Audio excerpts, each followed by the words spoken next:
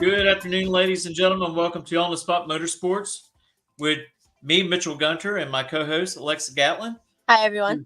We want to thank everyone for coming on board tonight. We've got a really great show. We're going to be talking about big money bracket racing.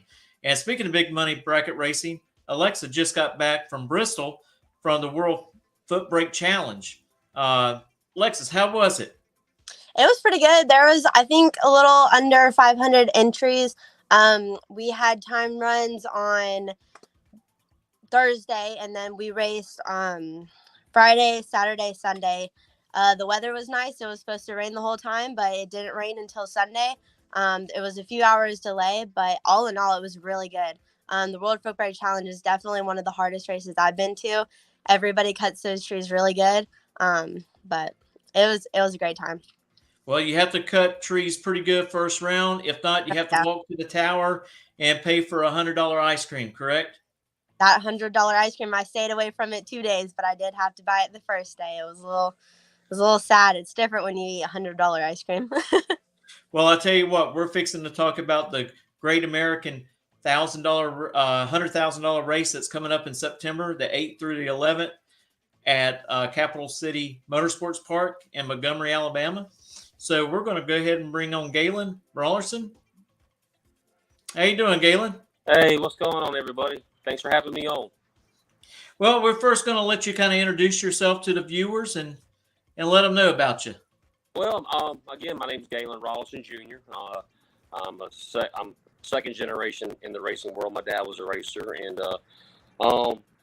in 2000, well, about 1999, I went to work for the what was now is not in existence anymore. It was called the B&M Racers Appreciation Series, probably the most iconic bracket racing series there ever was. Probably next to the Moroso 5 Days. I worked for that series for about 4 years, 2 or 3 years. Then in 2005, I started my own brand called the King of the Coast Racing Series, and I've been doing that ever since. We're still racing. This is our 18th season. But in 2009, Britt, Cummings, and I started Great American Bracket Races, and that's the Great American Bracket Races is geared more towards the bigger dollar racing action. Well, we put on 2 guaranteed $1 million events. There's been 3. There's only been 3 ever. We put on 2 of them, and also we also do the highly unique Great American Dream Team Challenge, which is a team race, and we do some other events. So we're moving right along into 2022. Our next event's coming up, as you spoke, is the inaugural USA 100K. That is in Capital City Motorsports Park. Used to be called Montgomery Motorsports Park.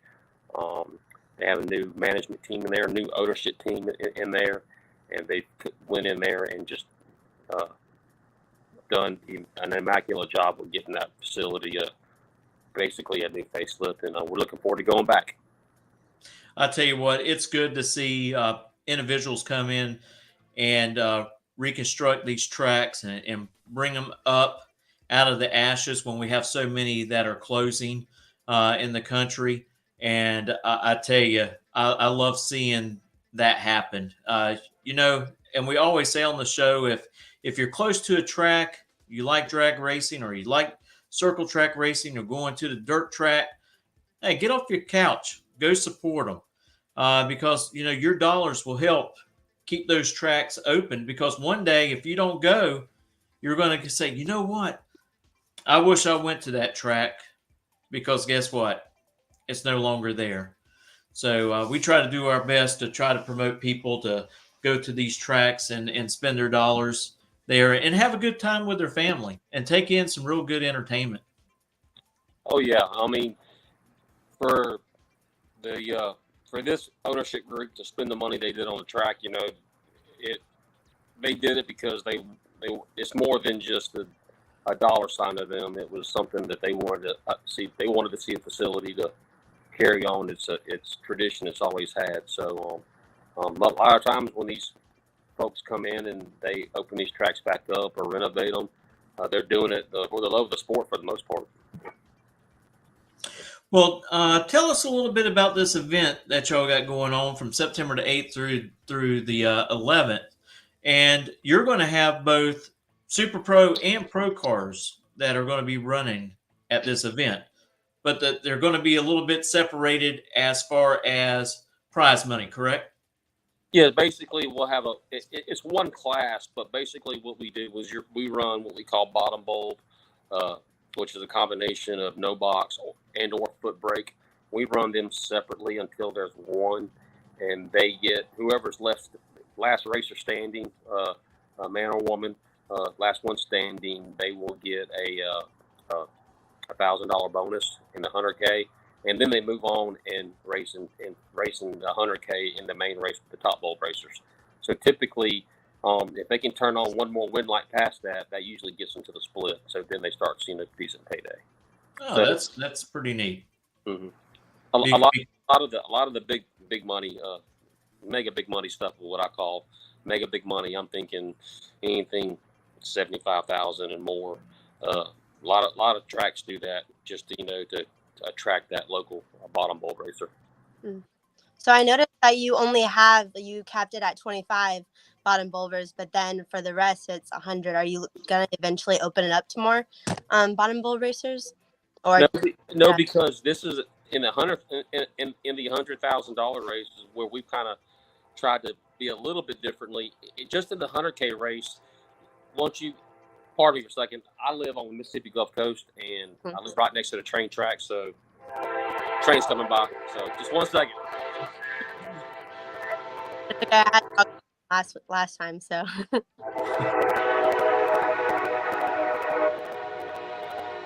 If my dogs are out here, my dogs will be howling too. So basically at this race, like I said, we've tried to take a different approach. With fuel prices being as sky high as they are,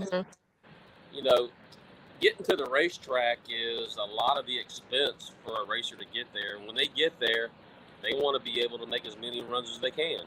Mm-hmm. So we took that mindset and said, okay, in the $100,000 race, if you buy one entry, you get one free. So basically, we're capping it at 200 racers in top bulb and 25 racers in bottom bulb, but everybody gets 2 entries. So basically, that ends up being 450 entries. So you'll have 400 top bulb entries and you'll have 50 bottom bulb entries. So to answer your question, yes and no. It's already kind of opened up because once you buy one, you get a second one for free. Okay. I know these events are not possible just by yourself. Can you kind of go over all the marketing partners that you have in place for this event? Well, it's just not Great American Bracket Races. I'm a small piece of it.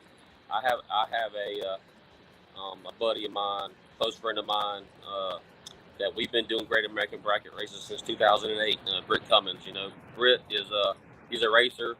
He comes from a historic racing family. His father, Larry, raised his brother Slate, who's an Irish 2-time world champion, and Britt been racing all his life. And so me and Britt do Great American Bracket Race together. I'm more involved in the race execution as far as getting everything ready for the race. Britt's more on the sponsorship side, getting all our sponsors on board. And come race weekend, we execute the race together. Okay. Yeah, seeing that there's something about an engine. Oh yeah, our major sponsor, STPC Race Shop. Shame on me. Our big sponsor. They've been on board for us. This is our second year with the STPC Race Shop out of Texas, and we've done this at the last 2 guaranteed $1 million races, and we're doing it this year, thanks to STPC Race Shop. Any racer that pre-registers for the 100K race, which our registration opens next Tuesday, July 12th. And if you are registered, I think it's about August 12th, we will put you in a drawing, and we'll draw the winning name Sunday of the event, and that winner will get a brand new STPC Race Shop Headhunter 582 engine, which worth about $20,000. That's absolutely free. All they have to do is register. There's not additional fee for that, but all you have to do is register for the 100K. Actually, be at the race, compete in it, and also make sure you're registered by August. I think it's August 12th. How many racers are you expecting to show up? Well, like I said, we're capping the $100,000 race at 200 top bowl racers and 25 bottom bowl racers. So that's where that should be at. But on Friday and Saturday, we're having the Mosier Engineering 30K races. We're having one 30K race on Friday, and we're having one on Sunday. And that's open to anybody. Anybody can come race those races. You don't have to be race. You don't have to compete in the Saturday race. It's all 100% pay at the gate for Friday and Sunday. We're expecting between 3 to 350 because we know that everybody that's already pre-registered for the 100K races they're going to race the Friday and Saturday 30K. So we think another 100 entries may show up. So we're probably thinking we're going to be between 3 and 350 for the 30K races. And I tell you, even though if you don't win, the runner-up gets $5,000. You make it to the semis, it's $2,000. I mean, it goes all the way down to round 3 that you possibly pick up a little bit of cash back, both on Friday and on Sunday. Correct, and that's all our races. We try to spread the purse as far as we can. So if it's at this event, if you turn on the win bowl third round, you're getting some money at either day. And racers racers like that. No racer likes turning on 18 win lights and not taking any money home. So I'm sure Alexa can speak for that. Yeah, I mean, I only run a few rounds at WFC, but I still got some money by winning the second. Right, exactly, and I especially now. We think that, and other racing organizations, they also think that's pretty important. So we kind of all do it. You really don't see very more races. You very rarely see races that pay just winner and runner up and semi. That don't happen too much. Yeah, I saw something on your flyer about wild cards. How does that work? You read my mind, Alexa. You read my mind on the engine. So basically, all that is if you're out by the end of second round, because we have first round buybacks. If you're completely out, you can buy a ticket, up to 3 of them, and we'll throw them all in a bucket, and we'll draw one name, and they will get put back into the race. Okay. And there's once you get put back in the race via the wild card, there's one thing that can never happen for you. You can never earn a potential buy run under any circumstance. Makes sense. If we get down to 3 cars and the other 2 people had buys and you have it, you're still not getting it. It's going to get one of them 2s. I think that makes it very fair. Yeah. I really do, because I can see where the complaints would come in pretty quick and easy. Hey, that guy got back in or that girl got back in. That's not fair. They get the buy run. I totally agree. And I like how you set that up right there. Yeah, and of course, it's on so that's how we do all our wild cards. If you get put in, if you're lucky enough to get your name chosen, you will never, under any circumstance, get a potential buy. You can get a competition buy if you're racing someone and they break, but a competition buy and a earned potential buy run is those are two different pieces. Tell us a little bit about the admission there to get in if you wanted to watch. Basically, you can buy a weekend pass. I think it's around $50, or you can come in each day singly. But if you're there for the more than 2 days, you're better off buying the weekend pass. Unfortunately, bracket racing is really not a spectator sport. I mean, Alexa can vouch for that. She was at the World Foot Brake Challenge this weekend at a beautiful Bristol dragway, and she probably saw less than 20 people sitting in the stands. Only people sitting in the stands were really the people that were betting. There's always guys betting. I saw that on Motor Mania, man. I saw that. They're always. Hey, maybe that's something that we need to bring out to Gainesville Raceway. Maybe we can get some people come in the stands and fill them up and do some betting up there. Mm-hmm. I run the Sportsman class at Gainesville, and Alexa, she runs Super Pro class. And so we never really get to race each other. We maybe raced each other a couple times in the past. Yeah, a while ago. But she's real good, so I'm glad that she's not in the same class that I'm in. Yeah, she's got some big shoes to fill. Her dad, he's like I said, he's won some races. I've seen his name more than once come up. I don't know. I think he lost a lot of those bettors some money this past Oh, weekend. did he? Oh, he was down there with them? Oh yeah. No, Really? I think they might have bet on his car and he lost. Oh, okay. Would you behind the wheel or him? Oh no, definitely with him behind the wheel. And then they heard my name and they're like, okay, we'll bet on her this time. So, Alexa, what did you do at the foot brake challenge? What was your role there? Were you just there racing, or were you there helping? I was there racing. Okay. Mhm.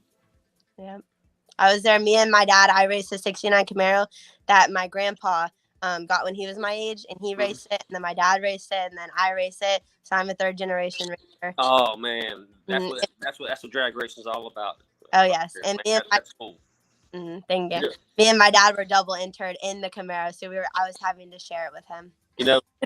I know we're getting off topic, but I'm 46 years old, and I've been around bracket drag racing ever since I can remember it. And my fondest days till the day I take my last breath, I'll always cherish the time going to the racetrack with my dad. And we here in Gulfport, where when I was a kid, we didn't live 10 minutes from the racetrack, and I don't know why this sticks out in the back of my head, but one night we were done racing and we were headed home. And back then in the 80s, nobody wore their seatbelts, so we're headed home, and my dad's driving and my uncle's sitting on the other side, because my uncle, he drove in the street class, he drove the tow truck, and my dad drove the Camaro. And I can just remember it was midnight, and back then when you raced it, you did time trials all day. You got like 10 time runs. Okay. Then you did eliminations, and there was no buyback, so you lost, you're out. I remember going home more than once, and I'd be sitting up, and I can remember just dozing off and hitting my head against the radio. I don't know why I remember that, but but that's those types of things right there that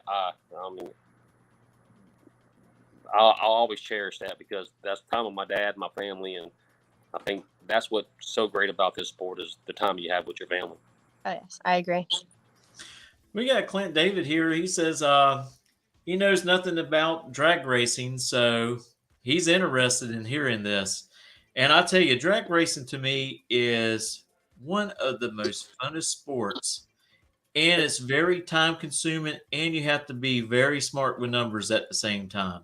Oh, absolutely. I've always said that I think bracket racers are probably some of the best race car drivers in the entire world.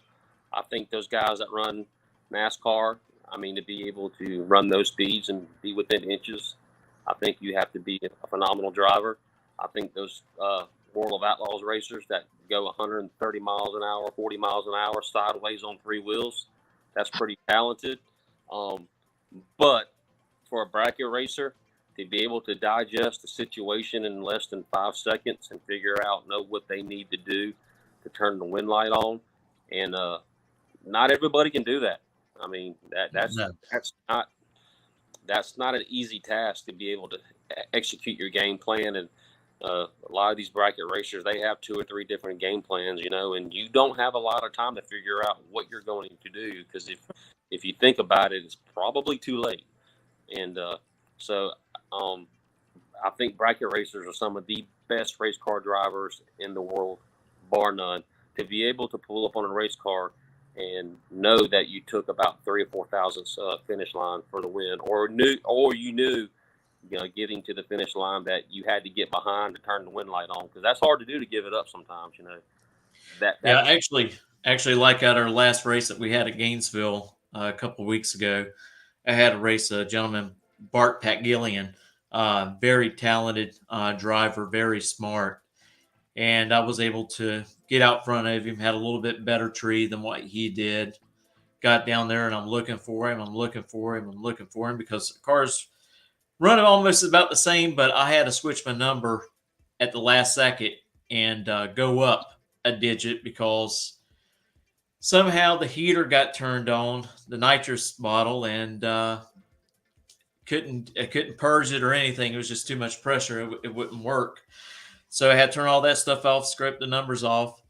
And so when I took off, it threw him off because he's used to us leaving almost the same. Mm-hmm. And so I'm getting down there. I'm waiting for him to come get close to come back around. I never see him. So I step on the brakes a little too much, and he wins by 7/10,000ths at the stripe. Oh, wow. Yeah, that's crazy.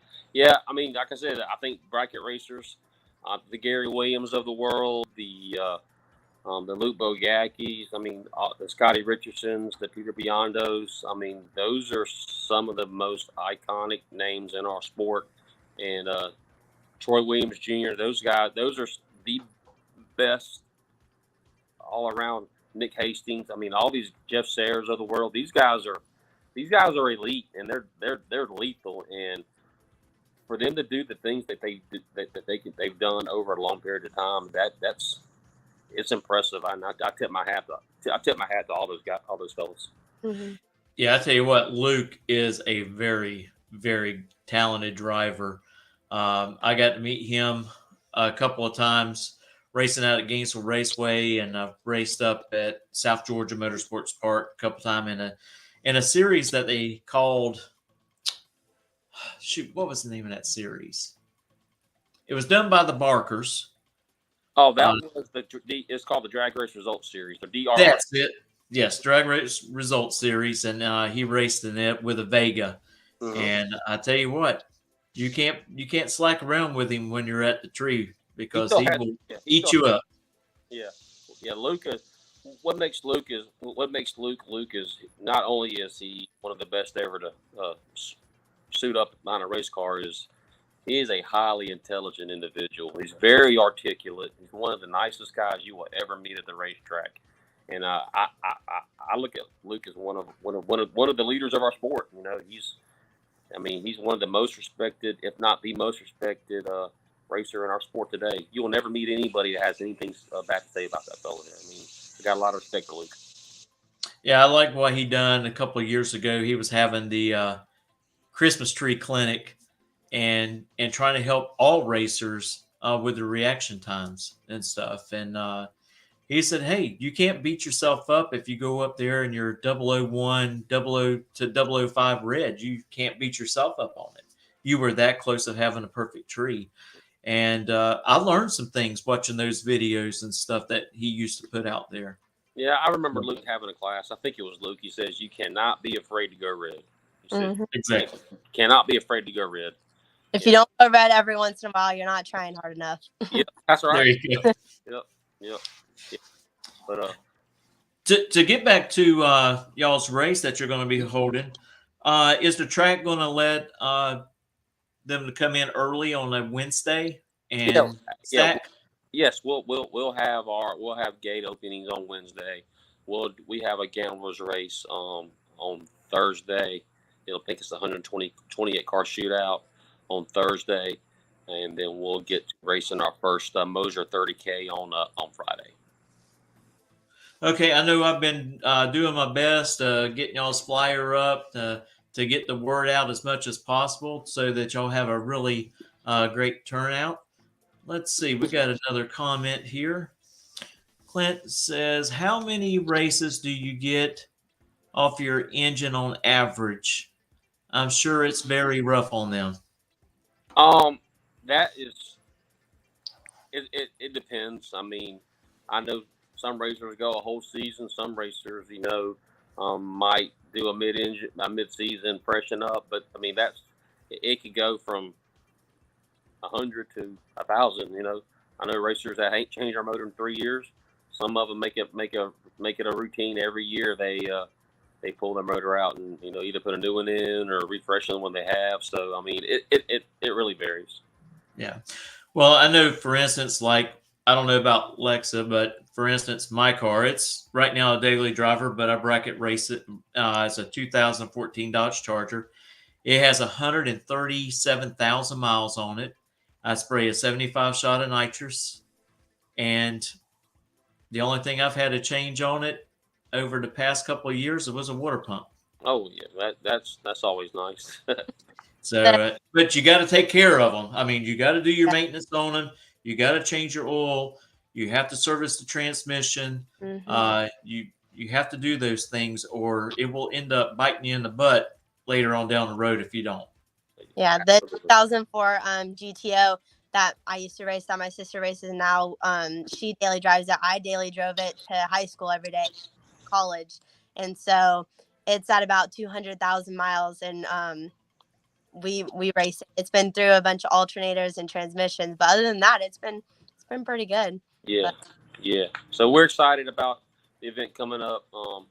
Our registration opens, like I said, next Tuesday, July 12th, at GreatAmericanBracketRaces.com. You can go register for that race, or on our Facebook page, the Great American Bracket Races Facebook page, we'll have a direct link to the registration form.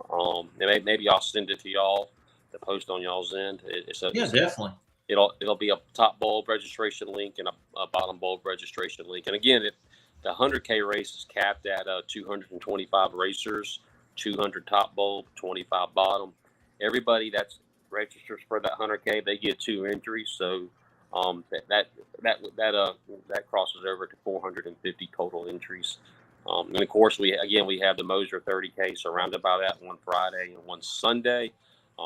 You don't have to pre-register for those, and anybody can come race those. You do not have to be entered in Saturday's USA 100K to participate in those. So we're looking for a great. We were there last year with our second annual Guaranteed Million, and I think we were close to 400 total entries at that race. So we're looking forward to it. We've got a lot of racers in down here in the deep south that follow us, and we think the event's going to do well. I got a question. Do y'all have someone that's going to be doing live streaming of the event? Yes, we have a company called Motor Mania TV. That's the company that did the World Foot Brake Challenge. They do almost all the live streams in bracket racing. I know Bang Shift, I think, does stuff for some racing organizations, but Motor Mania TV does. They do a lot of the live streaming, and they do a superb job. Mark Walter and his wife, I mean, they're great people, and they do a great job. I'll tell you what, it's a lot of work for them, especially Motor Mania. They're running, I believe, 4 different cameras. They got a close-up of the starting line, then they showed the starting line, mid-track, and then the scoreboards. And there's a lot of money there in equipment. Oh yeah, they usually show up 2 days before. Just it takes them a good, I think, a day and a half, 2 days just to get set up for what they do. So they are an easy investment for everybody to watch it, and they do a great job. And they do. We have them just about at all our Great American events, especially our Dream Team race. We've had them at our Guaranteed Million, so they do a great job. Yeah, we are actually starting to do a little bit of that on our own end. We started live streaming all the races actually right now from the tower, but that's going to change here as the rest of the year moves on. We're going to have multiple cameras set up so we can show the starting line, we can show the traps, and we got a couple events that we're going to do. We're going to live stream that 352 shootout. There's another event coming up. No one fights alone, and that's going to be at Gainesville Raceway. That's going to be for St. Jude's. The money from that event that's created is some of that's going to go to St. Jude's Hospital. What a great cause, kids with cancer and stuff.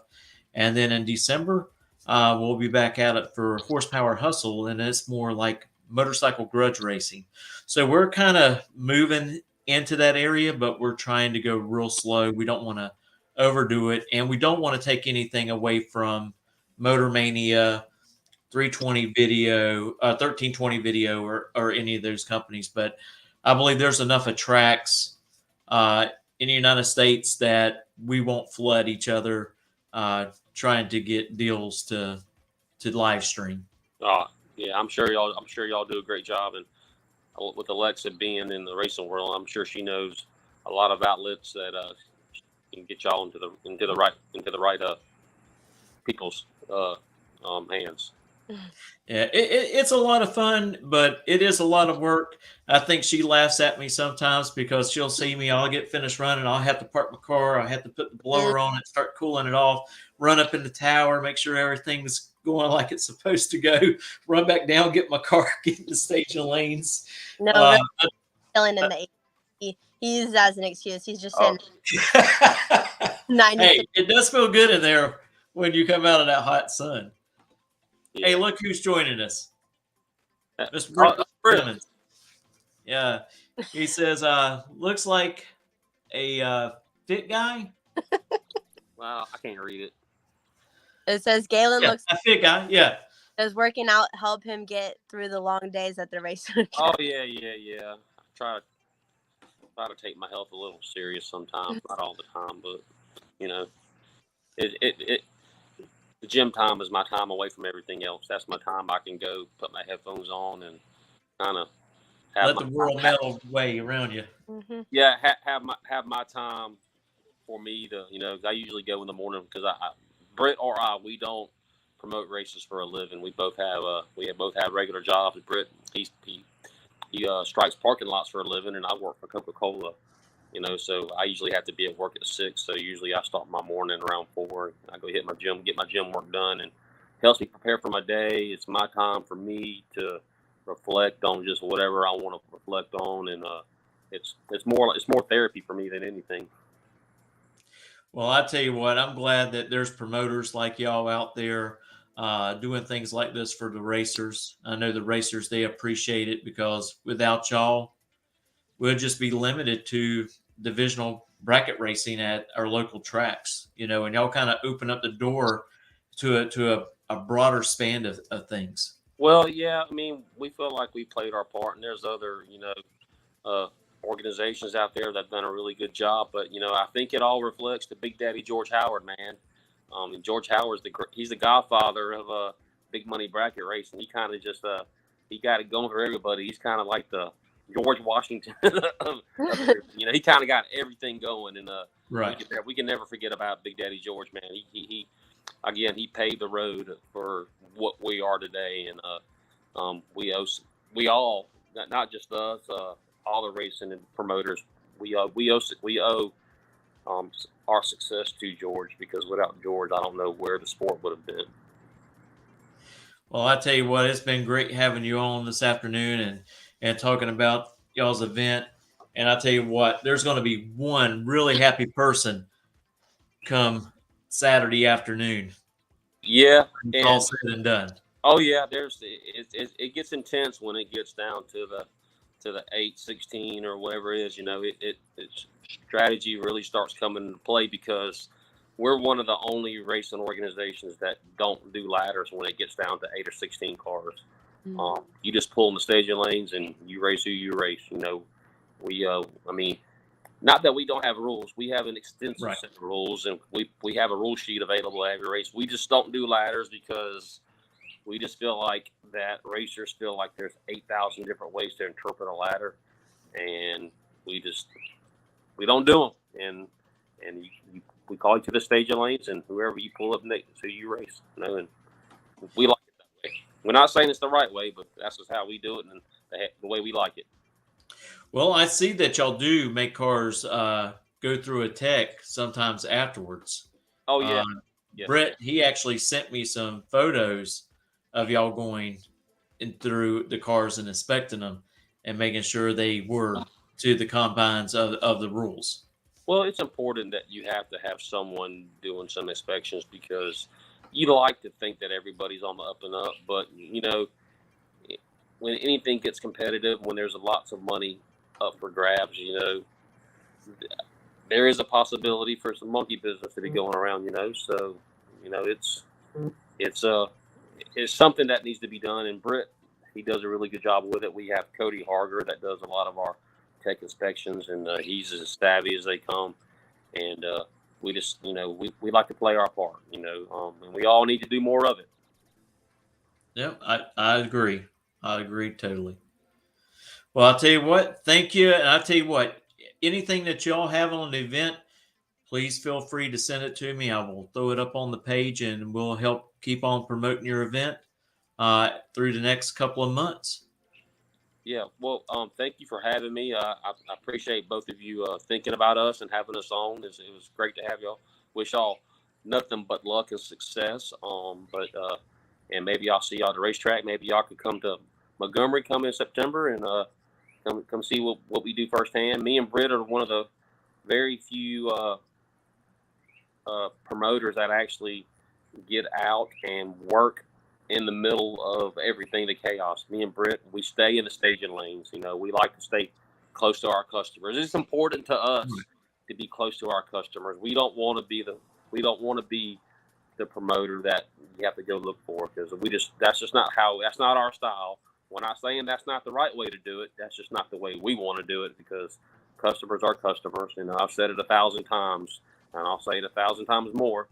When a racer goes to Walmart, spends $100, it's no different than them coming to us and giving us $100. They're there for a service, and if we don't provide that service, they're going to go somewhere else, and that's just not what we want to happen. So we make a point to stay in the staging lanes around our racers for the good and the bad. You know, a lot of racers say you're doing a great job, and sometimes we take some butt chewing. You know, because that's just how it goes sometimes. And but it's important to us.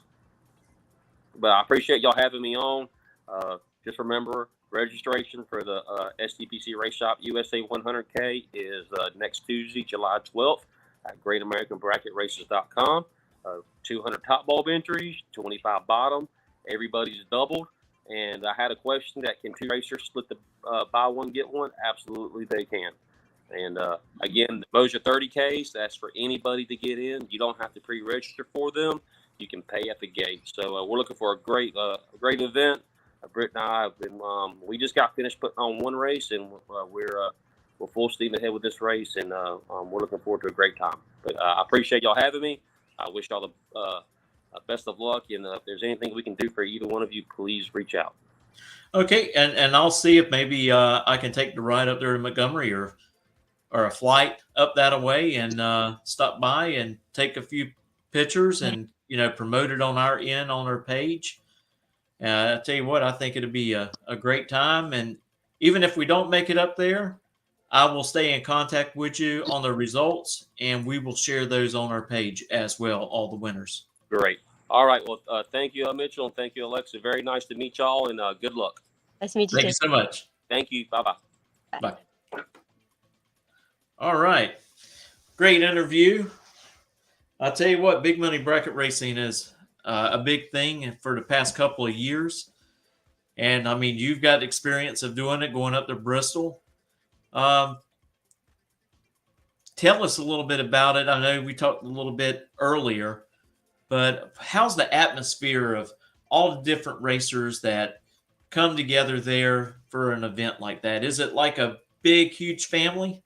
Oh, yes. At Bristol, everybody I talk to is very welcoming. Everybody's kind of just mellow and kind of just at Gainesville. I feel like a lot of people are high strung and running around and going crazy. I know, for example, my dad. But at WFC, everybody's just kind of calm and relaxed and just going for it. Everybody's very friendly. You have enough time. You're sitting for a while too, so you have time to chill too. It's not go, go, go, go, go. But it's definitely a different atmosphere, especially up there in Thunder Valley. And then we have a church service on Sundays, and we have a huge showing. We had a really big group there. So it's just nice everybody coming together Sunday morning too. Yeah, and our viewer that was, had some comments and stuff, Clint, I tell you what, we're looking forward to you getting back over here in the States. And, man, we would love to see you out there in the stands and taking in some bracket racing. Hey, and if you feel comfortable, bring your car out there. You can run in the sportsman class as long as it's quicker than 19 seconds. So you can actually get in and race in the bracket class out there. I think Sportsman's tech card is $40. To get in and watch is $15. So Not too much difference. Go ahead and just get you a tech card and come on and join the fun and see what it's really all about.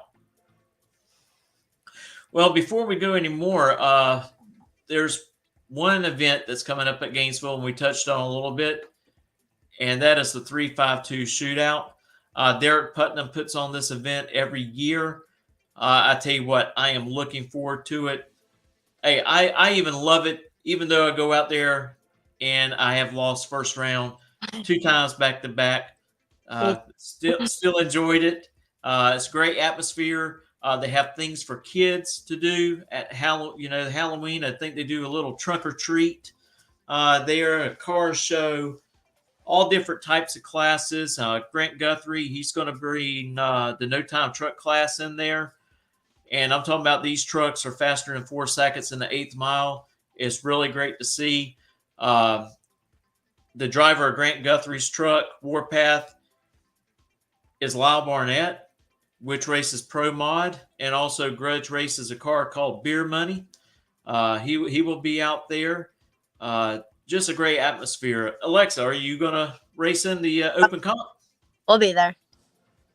I enjoyed it because it's something different. I wasn't very good at it, so hopefully I'll be a little bit better than last year, but I definitely enjoyed it.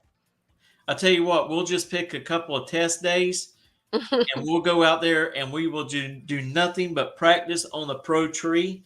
And I tell you, a Pro Tree is really tough to someone who's been running a Sportsman tree for a very long time. Mm-hmm. And if you're not familiar with a Pro Tree, that's when all 3 ammers come on at once. When you run a Sportsman tree, it drops down 5/10 tree. So there's a big difference there in learning curve, and you have to be on point, because if you're not, you're going to have an ugly reaction time that you're not going to be proud of. Oh yes, the first time I did it, during one of the time runs, I was like, I'm ready. Oh, they're all lit. Well, there with that. Well, I had someone laugh at me. They said, well, how are you going to approach the tree? And I said, well, I think I've been sitting back and I've been watching the starter on the tree. When the last person stages, I'll count until the bulbs flash. So I was like, I'm just going to go up there and count 1, 2, go. Well, it didn't work. I was still late. Not real late, but I was late enough to lose. I think I ended up having to run Bob Hoskins that races out there first round, and he was able to get me. But really looking forward to that event. Derek does a really good job on that. And also to let everybody know, hey, we're going to be live streaming out at Gainesville this Saturday. Live stream will go hot at 10 at the same time that the track does. And hey, we enjoy running in the Summit Racing Equipment ET Series. Great time. If you've never done it before, please come out and try it. I think you'll really enjoy it. I know right now might not be the months that you want to be out there at the track. It's going to be a little hot, usually there in July and August. But, get out there in September on those test and tune days and just have a little fun. Do you agree? I agree. And I think just spectating in general, you can go, you'll be able to park in the pits. So, you can walk around, see any car, talk to any driver. It's not like those huge races where you're kind of just stuck on the other side of the track. But you can actually go take pictures of cars, take pictures with people, talk to everybody, ask them questions about their cars. Yeah, everybody's really laid back. Oh, yeah. Bracket racers are very laid back, and they enjoy when someone approaches them and asks them about their vehicle and what does it run and what have you got done to it.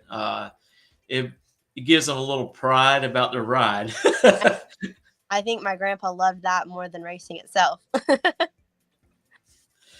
But I tell you what, we're glad for everyone that has watched us tonight. You can also catch us on YouTube if you want to get a better view and more productive of a show. Go to YouTube and look up On the Spot Motorsports with David Rodgers. And we live stream on both platforms as well when we do our live streaming of our races out at Gainesville Raceway.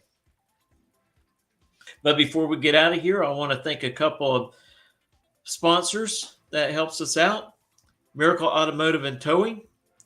Don't call a miracle. No, I got it all wrong. Don't pray for a miracle. Call Miracle at 904-368-1114. And also on the spot lawn maintenance, full service lawn care for you, 904-966-1633. And I guess that is it for tonight. I hope y'all join us next Wednesday. It's going to be a really great show. We're going to have Grant Guthrie on here, owner of Warpath. We're going to have Pro Mod driver Lyle Barnett. Like I said, runs both Beer Money, Red Velvet for Elite Motorsports, and Warpath Truck. And we're also going to have another gentleman, Pete, joining us as well. So we're going to have a full house here next Wednesday. We will start promoting that tomorrow. But until then, take care, and we hope that you tune in Saturday. Yep. See you Saturday or next Wednesday.